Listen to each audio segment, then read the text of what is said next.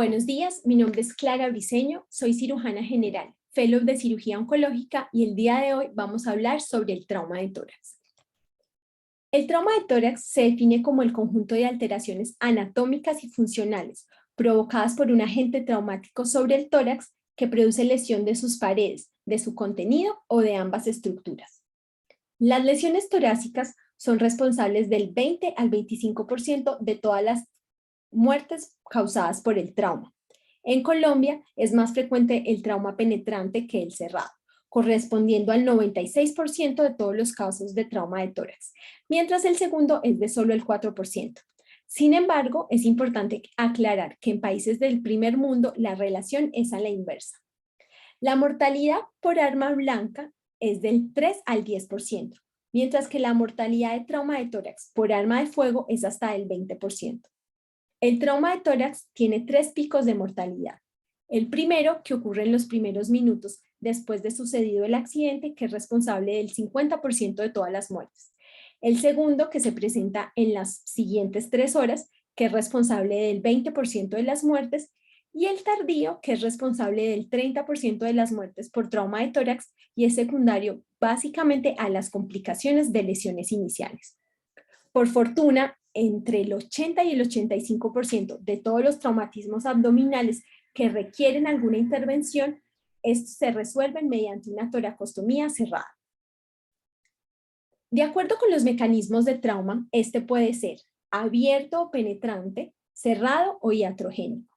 El abierto penetrante es aquella lesión que viola la integridad de los tejidos de la pared del tórax, atravesando la pleura parietal.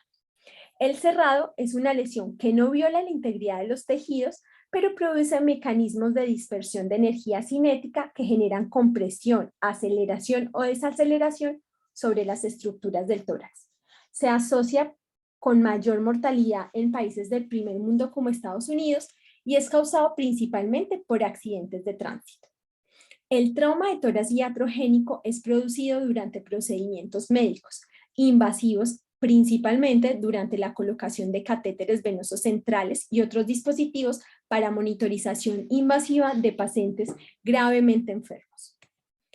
La fisiopatología del trauma de tórax involucra inicialmente la hipoxia por hipovolemia y alteración de la relación de ventilación-perfusión.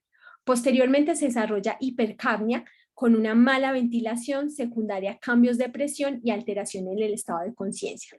Finalmente se produce acidosis por mala perfusión de los tejidos y aumento del lactato. Cuando hablamos de trauma de tórax es inevitable remitirnos a la sección B del ATLS.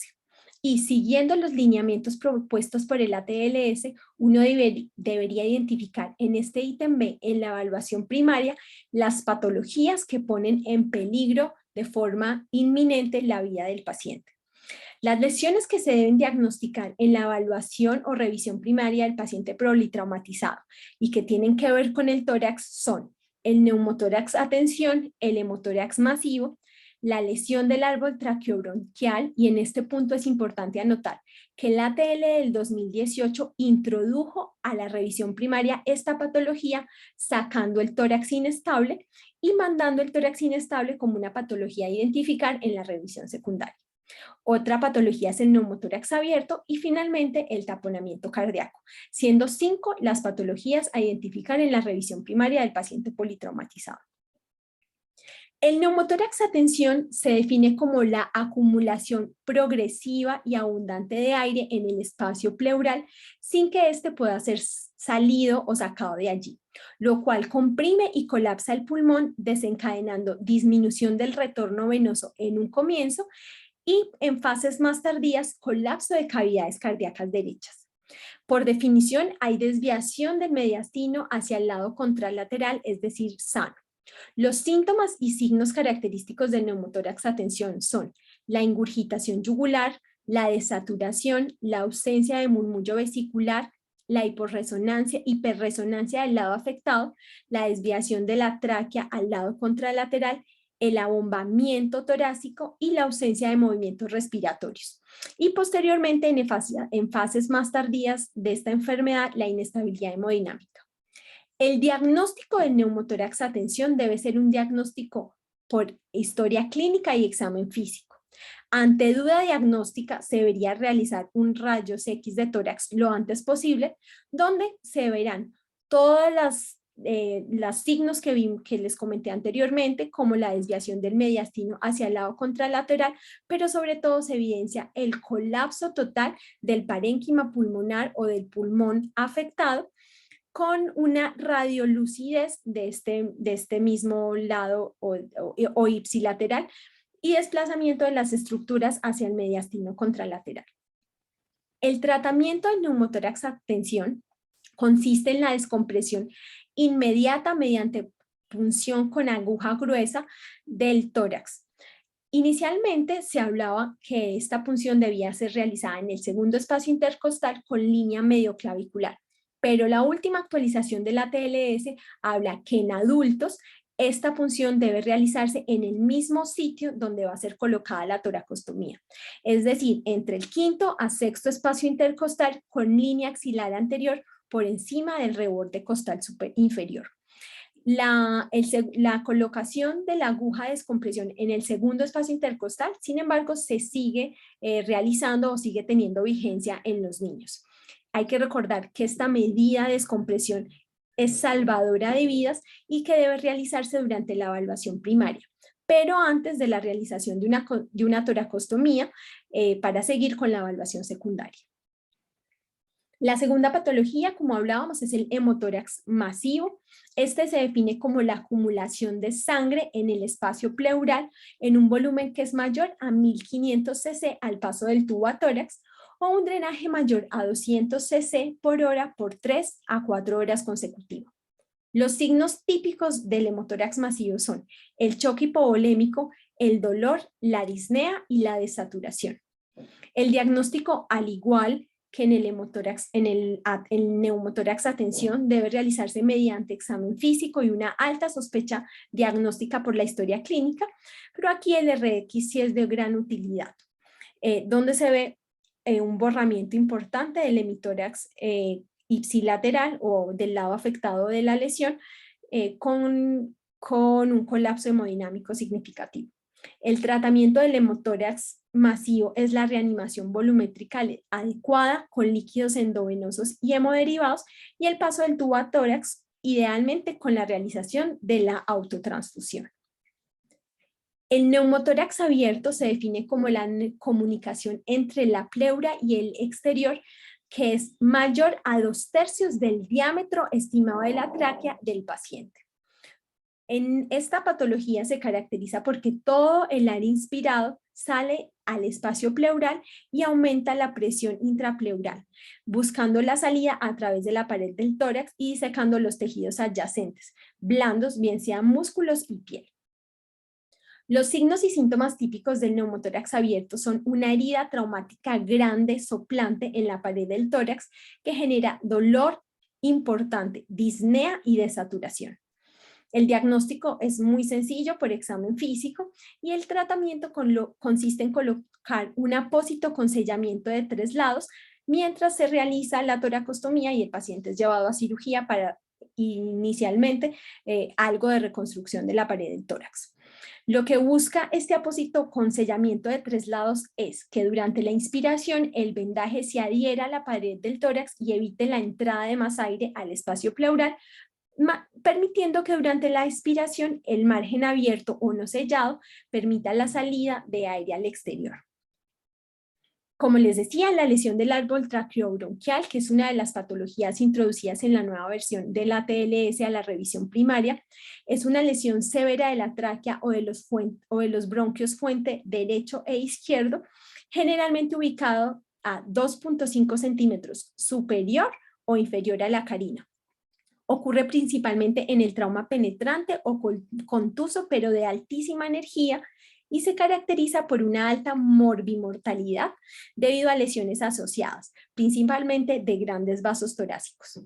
En esta entidad existe una fuga masiva de aire. Los signos y síntomas típicos son el dolor, la disnea, la desaturación y la presencia de enfisema subcutáneo y neumomediastino.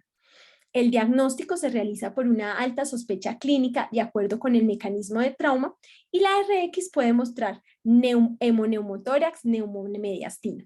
El diagnóstico definitivo se realiza mediante fibrobroncoscopia y el tratamiento es sin duda alguna quirúrgico. El taponamiento cardíaco, que es la compresión cardíaca producida por la acumulación de sangre en el espacio pericárdico, es sin duda una de las patologías más mortales de los pacientes con trauma de tórax. Los síntomas y signos típicos incluyen la triada de Beck, que son hipotensión severa, elevación de la presión venosa central con ingurgitación yugular y la presencia de ruidos cardíacos disminuidos. Sin embargo, la triada de Beck, de la que tanto hablan muchos textos de trauma, solo está presente en el 20 al 25% de los pacientes. Luego, entonces, pacientes que no presenten esta triada pueden incluso estar taponados. A diferencia del neumotórax a tensión, en el taponamiento cardíaco, el murmullo vesicular permanece conservado. El diagnóstico es clínico, pero uno puede echar mano de otras herramientas de acuerdo con las condiciones del paciente. Si el paciente está estable, se puede llevar a ecografía de saco pericárdico o ECOFAST. Si el paciente está inestable, pero responde a la reanimación hídrica, normalmente va a ventana pericárdica. Y si el paciente está inestable y no responde a la reanimación, es llevado a toracotomía de reanimación o de resucitación. En cuanto a la pericardiocentesis, que es un procedimiento del que también hablan todos los textos de trauma, puede ser una medida salvadora, pero en la actualidad no es realizado con frecuencia debido a la morbimortalidad que puede estar asociado intrínsecamente a este procedimiento y dado que ahorita se dispone de otras herramientas diagnóstico-terapéuticas como la ECOFAST, que también puede dirigir una punción y que en términos médico-legales puede ser más segura.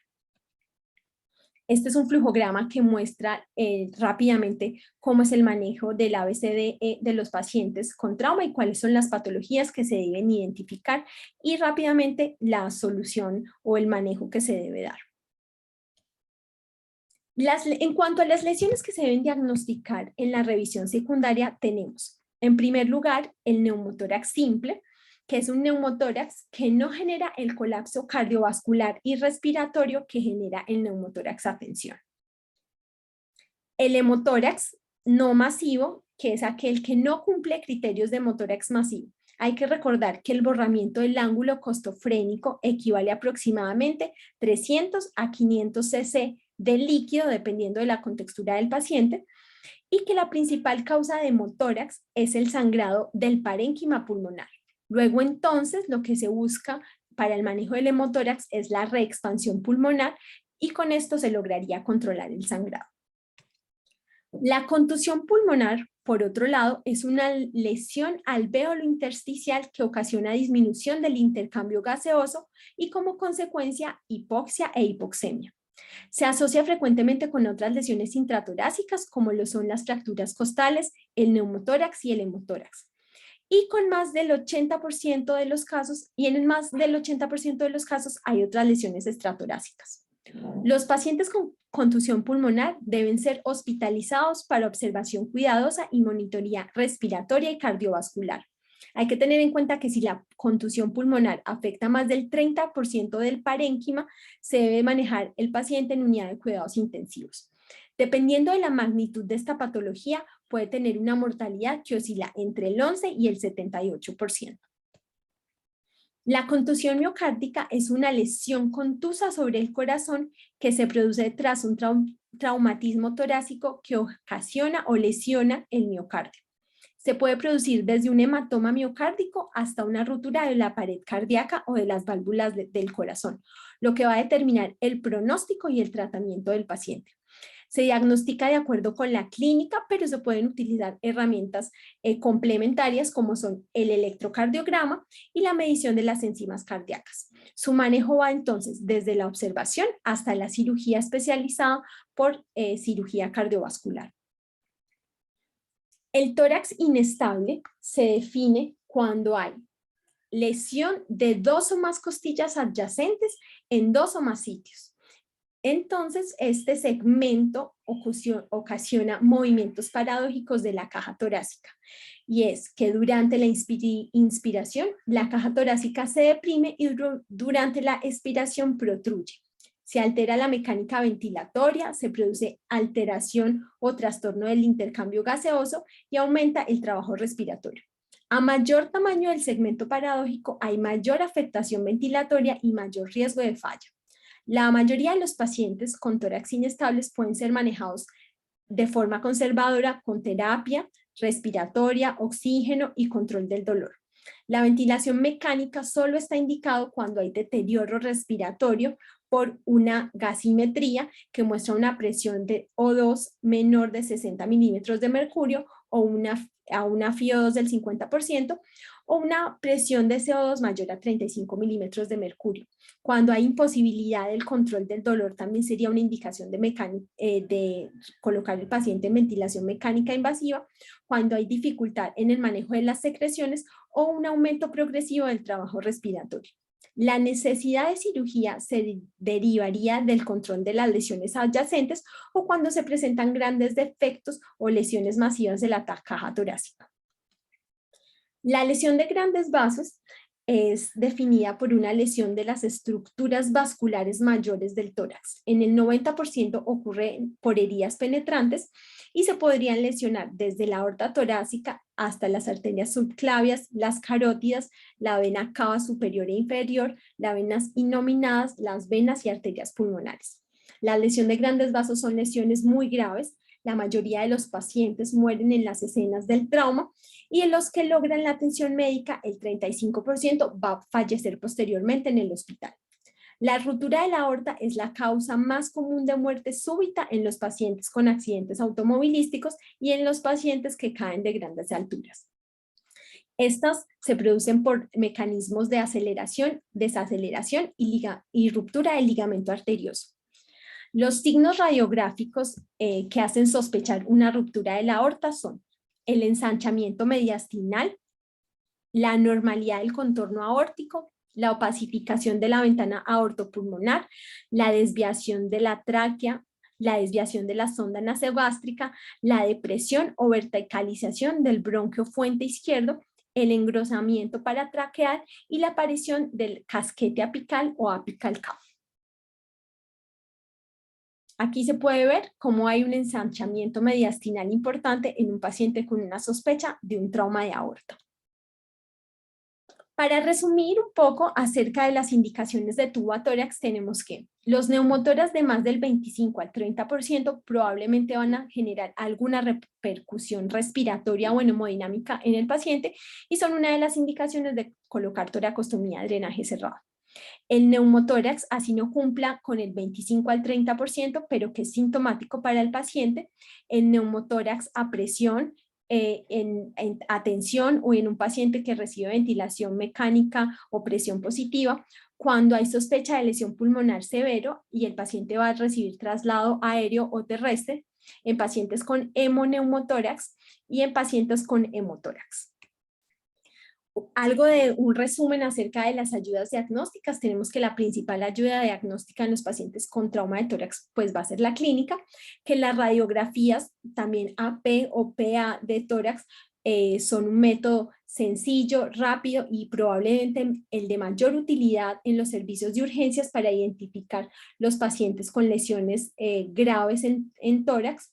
La tomografía solo se indica en pacientes estables, pacientes inestables o que se puedan inestabilizar en el tomógrafo no tienen indicación de tomografía, sino de otros métodos más rápidos y sencillos. Es muy útil para diferenciar colecciones pleurales de lesiones pulmonares. La tomografía permite afortunadamente una adecuada visualización de las vértebras y también se realiza la tomografía en el seguimiento de la evaluación de complicaciones infecciosas. La tomografía evalúa mediastino y cuando se hace la angiotomografía se permite evaluar lesiones vasculares de aorta y otros grandes vasos. La ultrasonografía y ventana pericárdica son otras medidas costo efectivas, rápidas y disponibles, sobre todo en pacientes con sospecha de taponamiento cardíaco. El ecocardiograma se solicita en todos los pacientes con sospecha de trauma cardíaco cerrado y en el postoperatorio de pacientes con trauma penetrante cardíaco para evaluar alteraciones en la contractibilidad o que hayan quedado producto de la cirugía. Otras herramientas que se pueden hacer son la toracoscopia y la broncoscopia. La broncoscopia para determinar lesiones del árbol traqueobronquial y la toracoscopia para hacer evaluación conjunta de la cavidad abdominal en los casos de que se sospeche lesión del diafragma. Las complicaciones más frecuentes de los pacientes que tienen o que presentan un trauma de tórax son la neumonía y el síndrome de dificultad respiratoria del adulto. Es importante recordar que la toracostomía de drenaje cerrado se complica entre el 6 y el 36% de los pacientes y puede existir que se coloque el tubo subcutáneo, que el tubo no esté drenando de forma adecuada el espacio pleural, que se produzca una lesión del parénquima pulmonar durante su introducción o lesión del diafragma, que haya sangrado masivo por lesión de las intercostales. Esto último generalmente se produce cuando el tubo no es colocado sobre el reborde costal superior de la costilla inferior.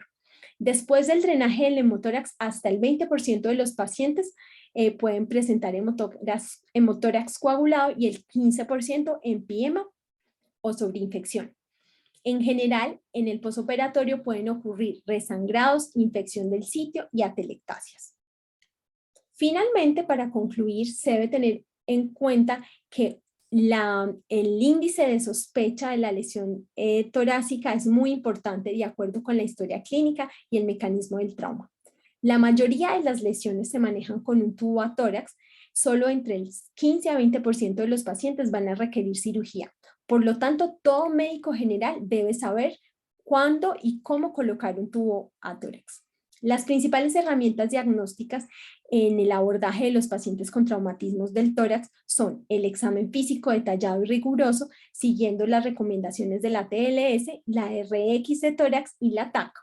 La cirugía de forma inmediata está indicada en todo paciente inestable hemodinámicamente que persiste con sangrado por el tubo a tórax, con taponamiento cardíaco y con heridas del árbol traqueobronquial después de su estabilización inicial. Por su atención, muchas gracias.